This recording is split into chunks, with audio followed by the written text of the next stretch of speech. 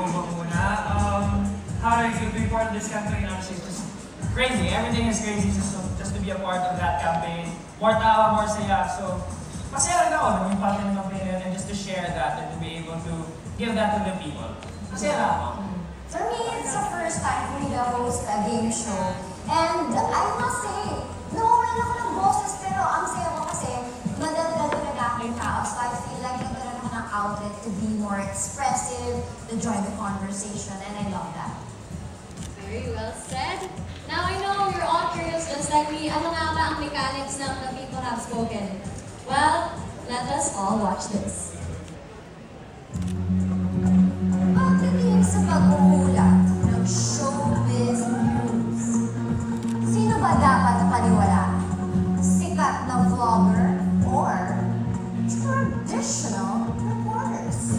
Napaka-interesting ng tanong na yan para sa mga people. I'm sure may kanya-kanya silang mga opinion. Good afternoon, media friends! Ako po si Harda Magalista. At ako naman po si Sean Lucas. Welcome to GMA's newest original game show. Kung saan POV mo, panalo! This is The People Have Spoken!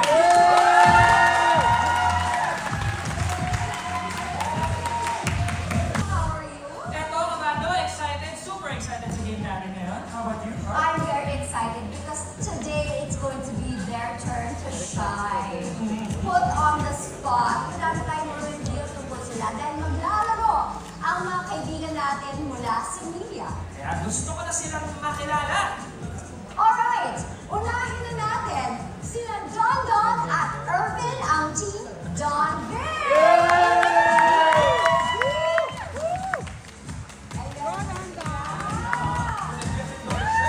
National artist! Matindi, matindi. Ang kanilang makakalaban sina Jez and Hans, ang team Jez Hans. Jez Hans.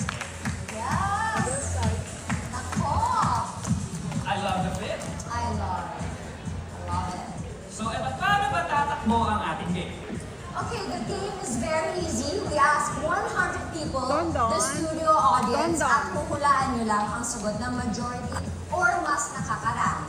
We have two questions. Ang unang question ay may two choices and the second question has three. Hindi ito unahan, guys, alright? Sabay kayong sasagot. Ang mananalo ay papasok sa bonus round. So are you ready? Ready? Yes? Ready? Alright, guys! Magkatulong na kayo sa pagsugot because 100 points, we ask the people. Dapat bang i-block ang ex sa social media? A, yes. B, no. I shall repeat the question. Sir John John, dapat bang i-block ang ex sa social media? A, yes. B, no. Teams, your 5 seconds start now. Don Don, go! Time's up! Alright, teams? Ano sa tingin niyo ang sagot ng people? Team Jonathan, what is your sagot? Of course, dapat What's that? eh, kasi toxic nga sila, di ba? Alam mo yung toxic ang life mo. Do you feel the same way? Yes, I feel the same. Meron ka bang gustong batiin? Gusto niyo bang bigyan ng pangalan? Ano ba ang toxic na eh? Yes! Huwag na lang. Bigyan ng airtime. Tsaka naka-block na sila. Oh, so it doesn't matter. Sila bila yan. Okay! Team Jonathan. At ano ba? Team Jess Sorry, it's been 2-3 days long. Ano ang sagot nyo? Aiden. Aiden. And why is that? Ako hindi ako yan, no black. Ako yung bilang. Or not necessarily. Okay, explain. Ako yung bilang black kasi para ako yung nag-aakon. It's okay, it's okay. But before we reveal the answer, gusto ko muna marinig ang opinion ng media people. Sean! Eto na, Art, excited na excited ako kasi oras naman natin na magtanong sa kanila, di ba? Makabawi na tayo. Eto, kasama natin ngayon si Ate Rose. Ate Rose, bago ko itanong sa itong tanong na to, asawa ka na ba ngayon? Yes. Ay!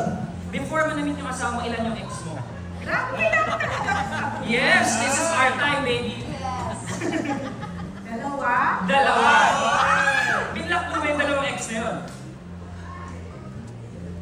Yes. Yes! So, ang sagot mo din ako dapat pang i-block ang ex sa social media ay A, yes. Tama Yes, ba? yes. Bakit naman? Una-una, meron ka ng preference. So, para at least hindi siya maging conflict or maging issue ka, o pass-pass na. Fast is fast, walang discuss. So yes, ang sagot natin. Thank you, Lato. So, tingnan natin sa mga dito sa pa dito. Hello, kinabahan. Ano na kinabahan? Iza. Ate Iza, ikaw, may jowa ka ba ngayon? Ngayon wala na. Ngayon wala. But before this, ilan din naging boyfriend mo? Around 4? Experience, Ate Iza. Isang taon naman sila. Hi! Sa'yo. So, hindi mo sa akin mo sila sabihin, hindi mo sila binlock. Yung iba naka-block, yung iba. So, ano ba sila mo kung i-block mo at hindi? Siguro kung may naging misunderstanding. Pag-value ganon. rate. Yes. So, anong final say mo dito sa dapat bang i-block ang ex sa social media? Sa akin, yes. Kasi parang ayaw ko nang tingnan kung ano yung current na ginagawa nila para hindi ko na maisip na parang ay, iba na siya. Parang tumutulong. Para makalimutan mo na, mo nang makita. Para pare-pareha silang A-heart. Ikaw, ano ang say mo? Ako? Bakit ko siya iba-block? Dapat makita nila where I'm at. But I'm happy for everybody. Again, ibalik natin. Dapat bang i-block ang ex sa social media? The people have spoken at ang sagot nila ay...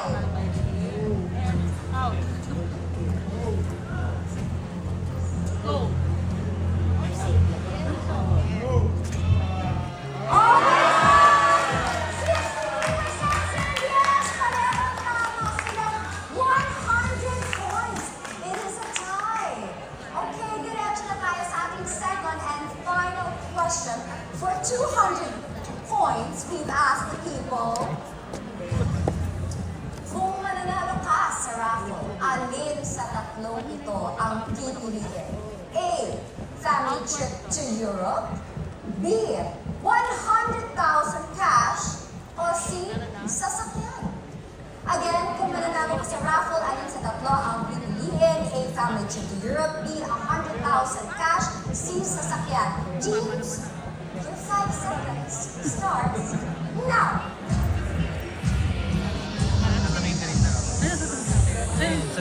Time's up! Teams, ano sa tingin nyo ang sagot ng ating people?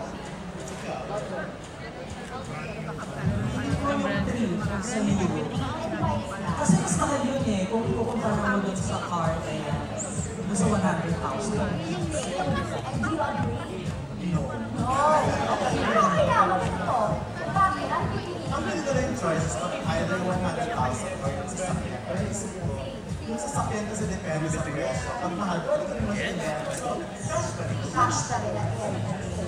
Okay, and of course, for our next team, ang sagot ay Pero personally, kami gusto namin family trip to Europe. And why Pero is that? since ano naman, parang bulsa ng masa yung ginagawa. Yes. People will choose it.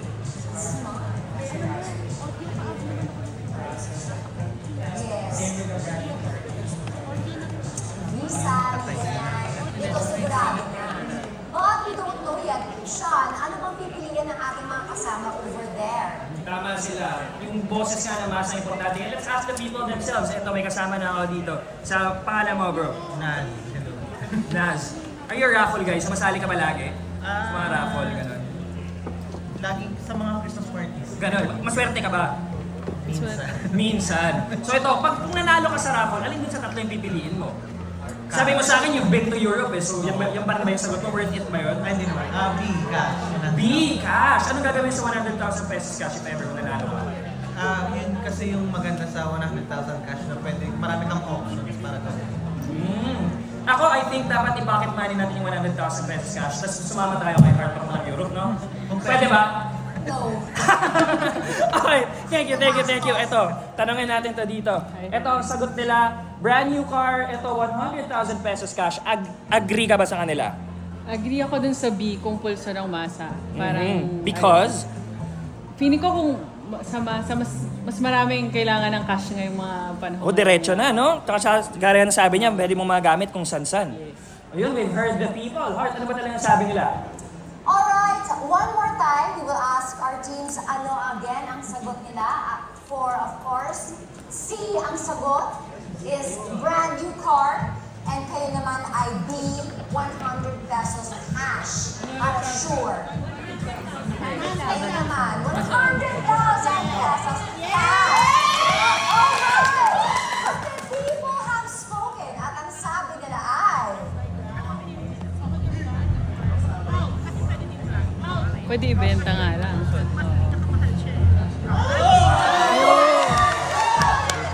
Tama. Ang winning natin ay Team Jezhan! Congratulations! Okay lang yan, Jonathan Team, because meron tayong bonus question. Question with 5 choices. So you have to listen carefully kasi pipiliin lang ang tatlong most popular answers ng people. We will give you, we will give you 30 seconds to choose and lock in 3 answers. Okay, so sa bawat answer, you have to say lock in. Para yun na yun, pag final yung answer nyo. Okay? Kayo cheering squad na lang dyan. Okay, are you ready? Yes! Okay, so here is the bonus question. Sa limang ito, alin ang tatlong pinakamahalaga para sa'yo? A. Kaibigan, love life, pera, trabaho, pamilya. Again, sa limang ito, alin ang tatlong pinakamahalaga sa'yo? Kaibigan, love life, pera, trabaho, pamilya. Ano kaya ang sabi ng people? Your 30 seconds starts now. Isa lang. Tatlo ba? Tatlo. Pero trabaho pa mi. Trabaho, yes. Ay, that's it? Final? Ano sagot Ang nila? bilis! Okay, so ang final answers Pareho tama yung sagot nila. ay pamilya, pera, trabaho. Okay. Sean, Grabe ang Team Jezan, sabi kailangan ng kaibigan ng love life, mga independent. Ito, tanungin natin ng people kung tumpak ba. Grabe ang kala ko. Ito, tatanong kita, sa limang to, alin ang tatlong pinakamahalaga sa'yo? Actually, pick one. Ano yung pinaka-importante para sa'yo? Pasok ba dun sa tatlong sinabi nila? Yes, pasok yung choice ko, yung pamilya, family. Family talaga. Kasi we're all family oriented. Are you close to your family? Yes, of course. Tsaka dyan sa limang yan, you can choose all of the 4, pero yung family na ako choose. So you're stuck with them. So family. Tama. Sa rin pamilya rin meron tayo. Of course, all of them. Thank you so much. Ito, tingnan natin mga ibang opinion na dito. Ito, ikaw, ano ba fan? Jessica. Ikaw, anong pinaka- Love life yan. Sabi niya pamilya. Eh, ano sa'yo? pera. Pera! Practical tayo, no? Tama. Masaya lahat kayo may pera. Tama, mas madali magpasaya ka ng pera. Business decision lang. O, ayan, narinig na natin ang masa. Ano ba talaga ang sagot nila, Heart? Ay, ayun na nga, let's reveal kung tama ang inyong mga sagot. Are you ready? Kasama ba sa sagot ng people ang pamilya?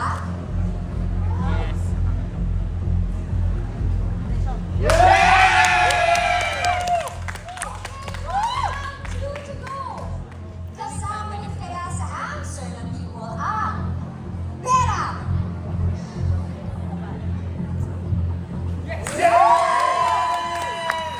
Okay, isa na lang, Sean.